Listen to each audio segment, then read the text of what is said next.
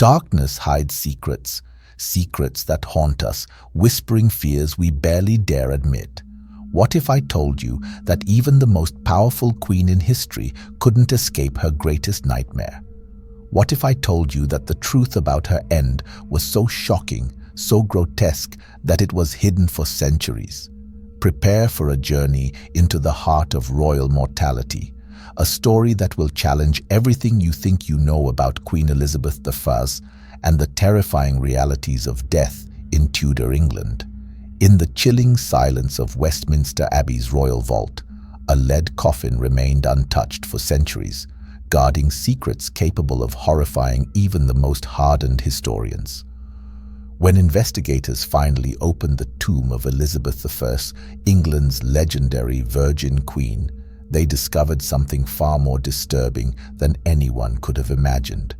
The powerful monarch who defied kings, defeated the Spanish Armada, and ruled with an iron will had been reduced to something unrecognizable, a grotesque testament to the brutal realities of royal death in Tudor England. The year was 1603, and England's golden age was drawing to a painful close. Elizabeth I lay dying at Richmond Palace. For weeks she refused to lie down, remaining standing for hours on end, terrified of what would happen once she closed her eyes for the last time. Her courtiers whispered that she had visions of her own decomposition, of the savage treatment awaiting her body once her spirit departed.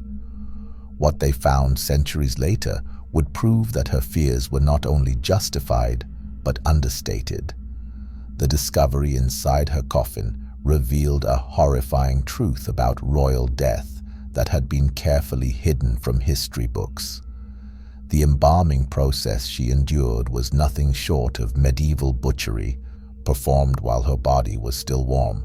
Her internal organs were ripped from her chest cavity, her brain extracted through her nose, and her corpse stuffed with spices and herbs like a macabre Christmas goose. But the true horror lay in the cruel irony of her final resting place. Above her decaying remains lay another coffin, that of her half-sister Mary the Fay, the very woman Elizabeth feared and eventually succeeded. In death, these bitter rivals were stacked like firewood. Their royal blood meant nothing to the worms consuming them. The woman who commanded armies and inspired poets had been reduced to a chemical reaction, slowly dissolving in her own bodily fluids. This isn't merely a story of royal death, it is a journey into the dark heart of monarchy itself, where the divine right of kings meets the brutal democracy of decomposition. What investigators found in that tomb challenges everything we think we know about Elizabeth I's last days and the horrific traditions surrounding royal death in Tudor England. The revelations were so disturbing that they were suppressed for decades, deemed too shocking for public consumption. As we delve into this nightmare of royal mortality, prepare for descriptions that will challenge your understanding of history's most celebrated monarch. The golden mask of Majesty hides a face of putrefaction, and the scepter of power cannot ward off the inevitability of decay. What happened to Elizabeth I's body after death reveals truths about power, mortality, and the savage customs that lurked beneath the glittering surface of England's golden age. On the night of March 24, 1603, Richmond Palace was shrouded in an eerie silence as Elizabeth I drew her last breaths. The woman who ruled England for 45 years died as she lived, on her own terms, standing, refusing to surrender even to death itself. For days, she remained upright, her ladies-in-waiting supporting her weakened body, believing that once she lay down, she would never rise again. Here was a queen who faced down the Spanish Armada, who signed the death warrant of Mary, Queen of Scots, who navigated the treacherous waters of European politics with masterful skill. Yet, in her final hours, she was reduced to a frightened old woman, clinging to the ghosts of power that slipped through her gnarled fingers. Her face once the subject of countless portraits and poems, had become a grotesque mask of white lead and vermilion, cracking and peeling as her body wasted away. Dr. John Manningham, who attended her deathbed, would later write of the horrifying transformation that overtook the Queen. Her body had begun to swell with dropsy, her limbs distending with retained fluids. Her famous red hair, long since grey and hidden beneath elaborate wigs, fell out in clumps. Most disturbing of all, she had developed what physicians called the royal disease, a putrid abscess in her throat that made swallowing impossible and filled her mouth with the taste of her own decay. The Queen's paranoia about her post-mortem treatment was not unfounded. She had witnessed firsthand what happened to royal bodies after death. She had seen the mutilated remains of her mother, Anne Boleyn, hastily stuffed into an arrow chest after her execution. She knew of her father, Henry VIII, whose corpse had exploded in his coffin, bursting through the lead and wood in a final assertion of his corpulent life. These images haunted her, and she had explicitly ordered her body to remain untouched. But the machinery of royal death was already in motion. Even as she stood there, swaying on her swollen feet, the embalmers were preparing their tools. The surgeon sergeant had assembled his kit: razor-sharp knives for the abdominal incision, long metal rods for brain extraction, hooks for pulling out intestines, and buckets to collect the blood and bodily fluids that would gush from the royal corpse. The court maintained a facade of normalcy even as their sovereign decomposed before their eyes. Courtiers continued to present petitions to a queen who could no longer speak. Musicians played in the audience chamber while their monarch remained statue-like, her eyes glazed with pain and fear. When she finally collapsed on March 23rd, it was almost a relief. James VI of Scotland was already riding south to claim his inheritance, and courtiers who had professed eternal loyalty calculated their positions in the new regime. Elizabeth I died alone at 3 a.m. on March 24, 1603, abandoned by all but a handful of servants who remained out of duty rather than love. The moment Elizabeth's heart stopped beating, her body ceased to be her own. Within minutes, the Lord Chamberlain gave the signal, and a macabre transformation began. The corpse was stripped, revealing a body ravaged by age, illness, and toxic cosmetics. What the embalmers saw shocked even those hardened professionals accustomed to their trade. Her skin, beneath the layers of white lead paint, was a tangle of sores and lesions. The makeup she had worn for decades had slowly poisoned her, corroding her flesh. Her face, with the makeup washed off, presented a skull barely covered by translucent skin. Her famous aquiline nose, now a beak-like protrusion. Her lips retracted to reveal blackened, worn-down stumps of teeth. The embalming process that followed was pure carnage. The surgeon sergeant made his first incision just below the ribcage, slicing through layers of fat and muscle with practiced proficiency. The stench that erupted from the body cavity was overwhelming. Decay, infection, and the peculiar sweetness of royal flesh preserved by a lifetime of rich foods and wines. Attendants rushed to burn incense, but nothing could mask the smell of putrefying majesty. One by one, the organs were extracted. The heart was found enlarged and diseased. The liver, swollen with fatty deposits, spoke of luxurious banquets. Each organ was carefully examined, for court physicians believed they could read the secrets of her reign in her entrails. Some whispered of poison, others noted abnormalities in her virgin womb, that organ which had been the subject of so much speculation. The brain extraction was particularly macabre. Using a long metal rod inserted through the nasal cavity, the embalmer broke through the cribriform plate and began to liquefy the royal brain. What emerged was not the seat of the brilliant mind that had outwitted Europe's greatest rulers, but a putrid grey mass that splattered onto the floor. Despite their professional detachment, attendants were seen gagging and turning away. With the body cavity and skull now empty, the embalmer began the preservation. The hollowed-out corpse was washed with wine and vinegar, then packed with myrrh, frankincense, aloes, and sawdust to absorb remaining fluids. The whole was stitched up with thick thread, leaving crude stitches on the royal abdomen. The face was reconstructed using wax and plaster, creating a death mask that bore only a passing resemblance to the living queen.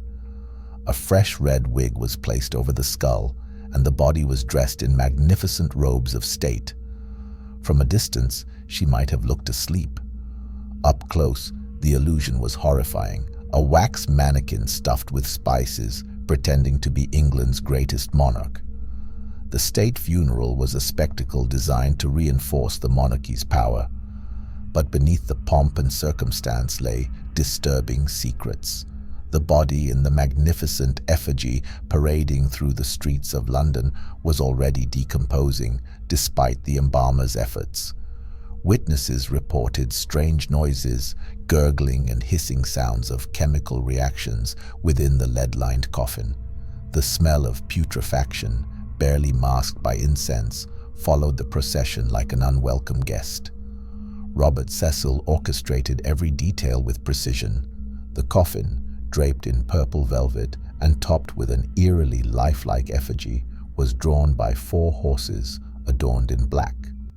Behind it marched the nobles of England, their faces carefully composed as their minds calculated positions in the new reign. Citizens thronged the streets, shedding genuine tears, oblivious to the grotesque reality hidden beneath the royal pall. The journey to Westminster Abbey took 4 hours, during which the spring sun accelerated the internal chemical processes. The spices and preservatives reacting with the leaching bodily fluids created a toxic stew, building pressure within the sealed container. Attendants had to discreetly puncture the lead multiple times to release gases, quickly sealing the holes before anyone noticed the telltale hiss. Dr. Anthony, Dean of Westminster, who presided over the burial, later confessed in private letters the horror he felt beside the coffin. He could hear unholy sounds of corruption emanating from within. The beautiful effigy above seemed to mock the reality below. While the wax figure showed Elizabeth in her prime, the thing in the coffin was rapidly dissolving into its component elements. The burial was rushed. As the coffin was lowered into the vault, witnesses reported hearing a distinct pop, either the lead giving way or the decaying body shifting within. The speed with which the vault was sealed suggested that those in charge wanted to contain a potential disaster. Elizabeth was placed in the same vault as her half-sister, Mary I. Bloody Mary, the Catholic Queen Elizabeth, had succeeded. The 2 sisters, bitter rivals in life, were condemned to share eternity in a cramped stone chamber.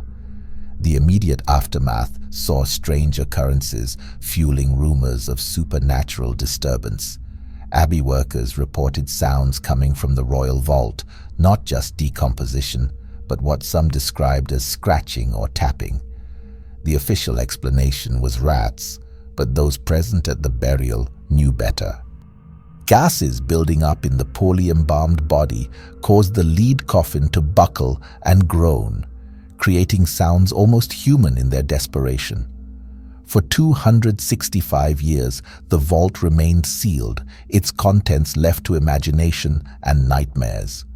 But in 1868, Victorian curiosity led Dean Arthur Stanley to order the opening of the royal vault. What investigators found that October morning would haunt them forever and provide shocking confirmation of centuries-old rumors. The first challenge was locating Elizabeth's coffin. When workers broke through the floor of Henry VII's chapel, they found chaos. Water had seeped in over the centuries, and the dead nobles lay in various states of dissolution. Their coffins collapsed, their remains mingled in a democracy of decay that recognized no earthly rank. Dean Stanley's suppressed account paints a picture of Gothic horror. The stench, he wrote, was indescribable, not just ancient death, but something more active, as if decomposition had only been paused, not ended. The investigative team, equipped with early breathing apparatus, descended into what Stanley called the Monarchy's charnel house. Elizabeth's coffin was found beneath Mary I's. Both lead coffins partially collapsed under their own weight and centuries of pressure. The lead had oxidized and shattered, revealing glimpses of internal horrors. Through a crack, investigators saw the purple velvet lining, now black with age and dampness, clinging to shapes that once might have been human. As the team lifted Mary's coffin to access Elizabeth's, they made a shocking discovery. The two coffins had begun to fuse over the centuries. The weight pressing down on them had melded the lead at the points of contact. The rival queens became literally inseparable in death. Workers used metal saws to separate them, unleashing new horrors as the movement disturbed the contents of both coffins. The interior of Elizabeth's coffin exceeded their worst expectations. The embalming had created a unique environment where spices and herbs combined with bodily fluids into a black, tar-like substance that preserved some tissues while completely dissolving others. What remained was a horrifying mixture of mummified flesh, dissolved organs, and crystallized embalming materials. Most shocking was the state of the skull. The reconstructed face had collapsed inward. Melted wax and plaster mixed with the decaying flesh. The red wig survived better than the royal remains, creating a grotesque contrast. Vibrant fake hair crowning a partially dissolved skull. The jawbone had detached, still bearing blackened tooth stumps.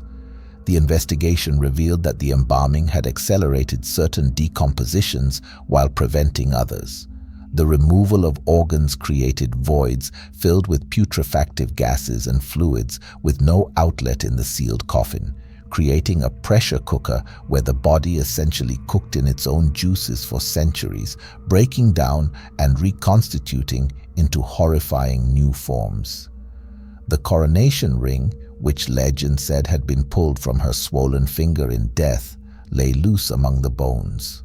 Fragments of tissue were fused to the remaining skin, creating a mixture that defied separation. The golden orb and scepter lay tarnished, stained by the acids of royal decay.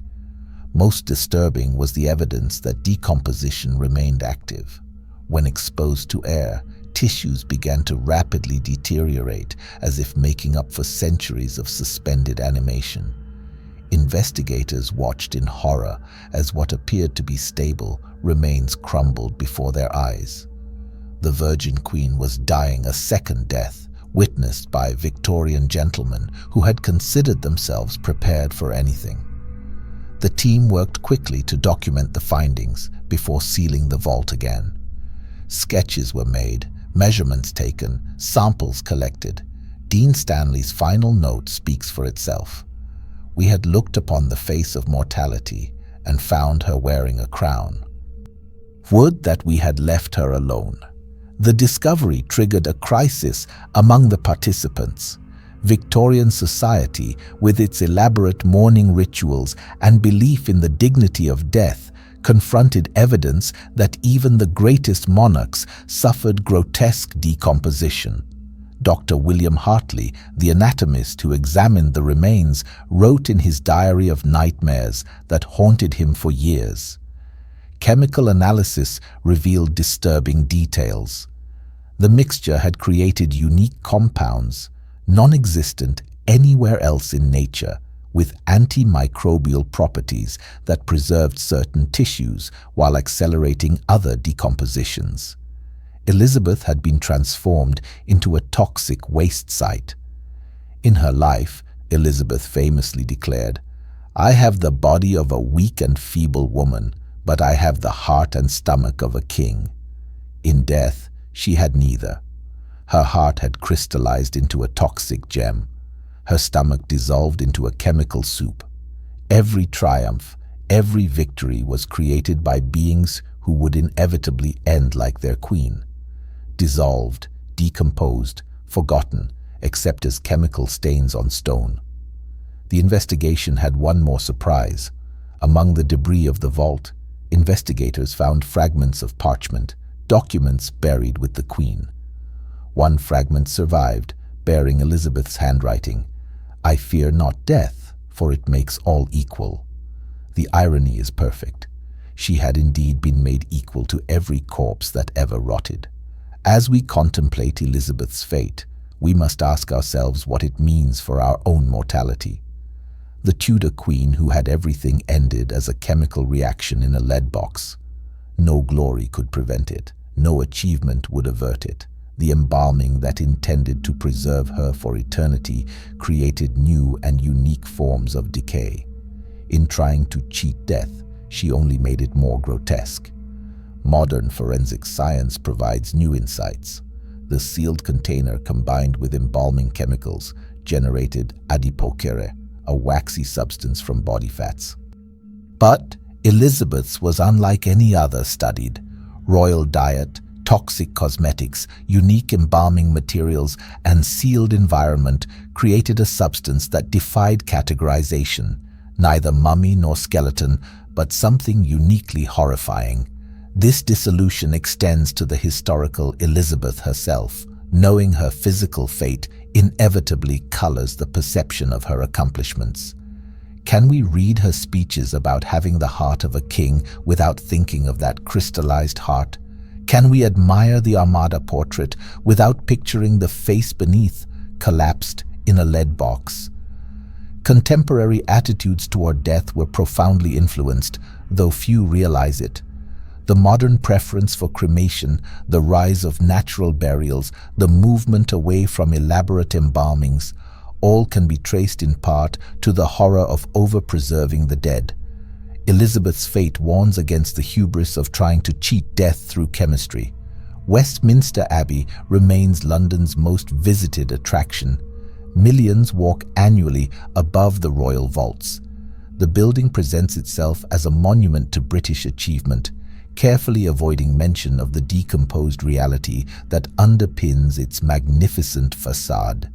Every prayer uttered rises through air scented by gases of putrefying monarchy. The building itself is a tomb, not just containing the dead, but built from them. The final irony: Elizabeth, who deeply feared what would happen after death, was absolutely right.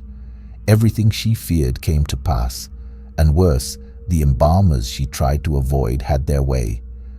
The physical dissolution she combated by standing claimed her with particular vengeance.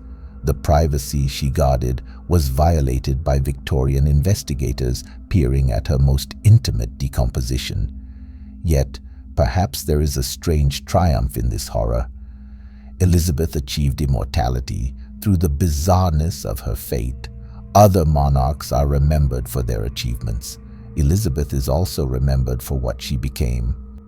The horror of her decomposition ensures she will never be forgotten. She became eternal not by preservation, but by putrefaction. As we close the vault on this story, we are left with haunting images: a crystallized heart, dissolved flesh, a toxic stew of spices and rot, a lead coffin becoming a chemical reactor. But most of all, the knowledge that beneath the stones of sacred spaces, behind the facades of beloved institutions, lies the same horror: the inevitable, democratic, and utterly human process of returning to the elements from which we came. The vault remains sealed today, its contents continuing the slow chemical transformation in the darkness. But we who know the truth can never walk through those halls without awareness of what lies beneath. Every step presses down on dissolved monarchy. Every breath includes atoms that were once Elizabeth. She is gone and everywhere, absent and omnipresent, transformed into atmosphere and stone. In trying to preserve her, they made her eternal, not as intended, but as nature decreed, dissolved, dispersed, forever part of the fabric meant to memorialize her. What they found inside Queen Elizabeth I's coffin was indeed far more horrifying than anyone imagined, not just because of the physical grotesqueness, but because it revealed a fundamental truth. All power, glory, and achievement end the same way. In that lead coffin lay not just a dead queen, but the death of illusions, the decomposition of dreams, the putrefaction of all human pretense. She had built a golden age, but became base metal and decay. She had been Gloriana, Virgin Queen, mother of her nation. In the end, just chemistry, and chemistry recognizes no hierarchy. The profound horror is not what death did to Elizabeth, but what it reveals about life.